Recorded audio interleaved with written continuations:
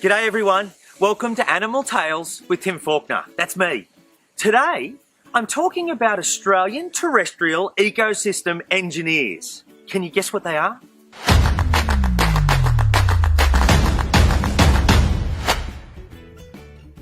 Ecosystem engineers are animals that have an impact on the environment and they bring change about that.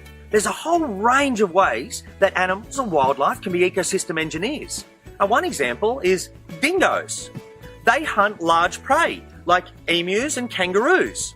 By hunting that large prey, and the large prey are herbivores, they eat parts of the environment like grasses, low bushes, fruiting trees.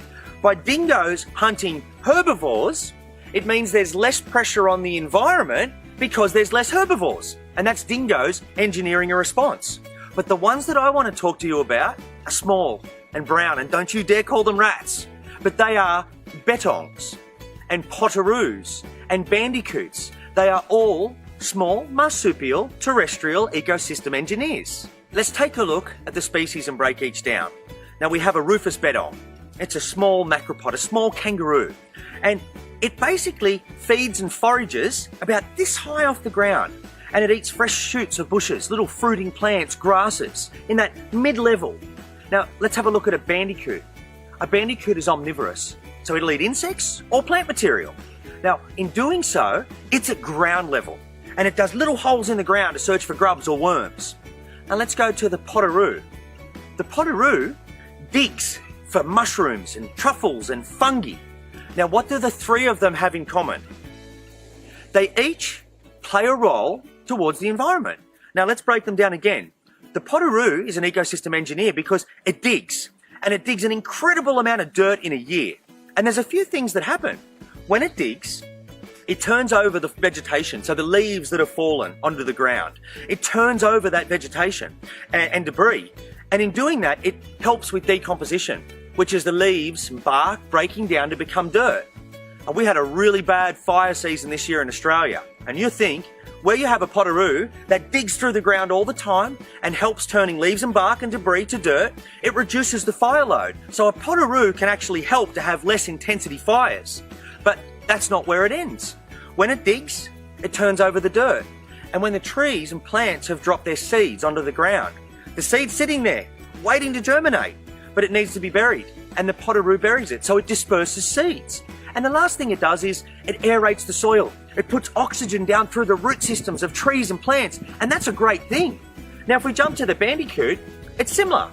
It hunts grubs and bugs, and in doing so, it means those grubs and bugs aren't eating the roots of the trees. And it also disperses seeds, and it also reduces fire load, and it also aerates the soil.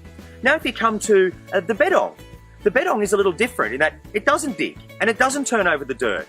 But as it moves, it actually eats little bits of debris and vegetation and grasses, and it keeps the forest floor open.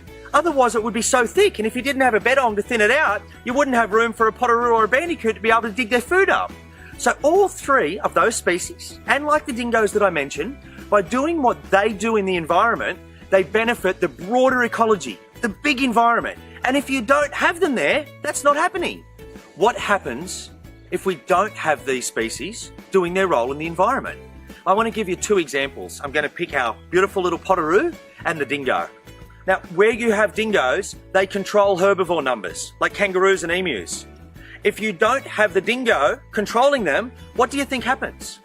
The kangaroo and emus continue to breed, and their damage to the environment gets out of control. And so where you had a lush grassland, it's now down like a golf course. They've stripped all the vegetation away.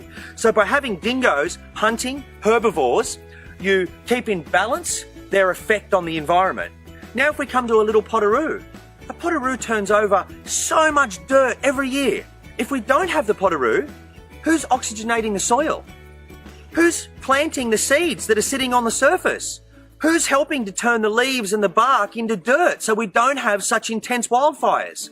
We must have these species in our environment as a part of the bigger picture. Australian wildlife is sometimes overlooked. We know so much about whales or gorillas or tigers or elephants or rhinos, and that's important too. But we don't know enough about potoroos or bandicoots or bettongs. Have you ever met one? Have you ever seen one? We really need to focus on our Australian wildlife. It is so unique. And if I told you that 40 species, Australian species, have gone extinct in the last 100 or so years, and remember, extinction is permanent. We won't see them again. They're gone. Who's doing their role? How are you helping to make sure that they're out there? We need to pay interest, and I want you to research. I want you to learn about obscure little Australian marsupials, little Australian reptiles, little Australian birds. By you learning about them, my hope is that you grow up to protect them. Homework for today, I want you to find an example that I haven't mentioned. I don't mind whether they're engineers in the ocean. I don't mind whether they're engineers in the canopy of the forests or terrestrial engineers like the ones I mentioned. But please, find an example of two, do a drawing if you like, and you tell me other ecosystem engineers that you've found. That's all for today. Thanks for watching. See you again.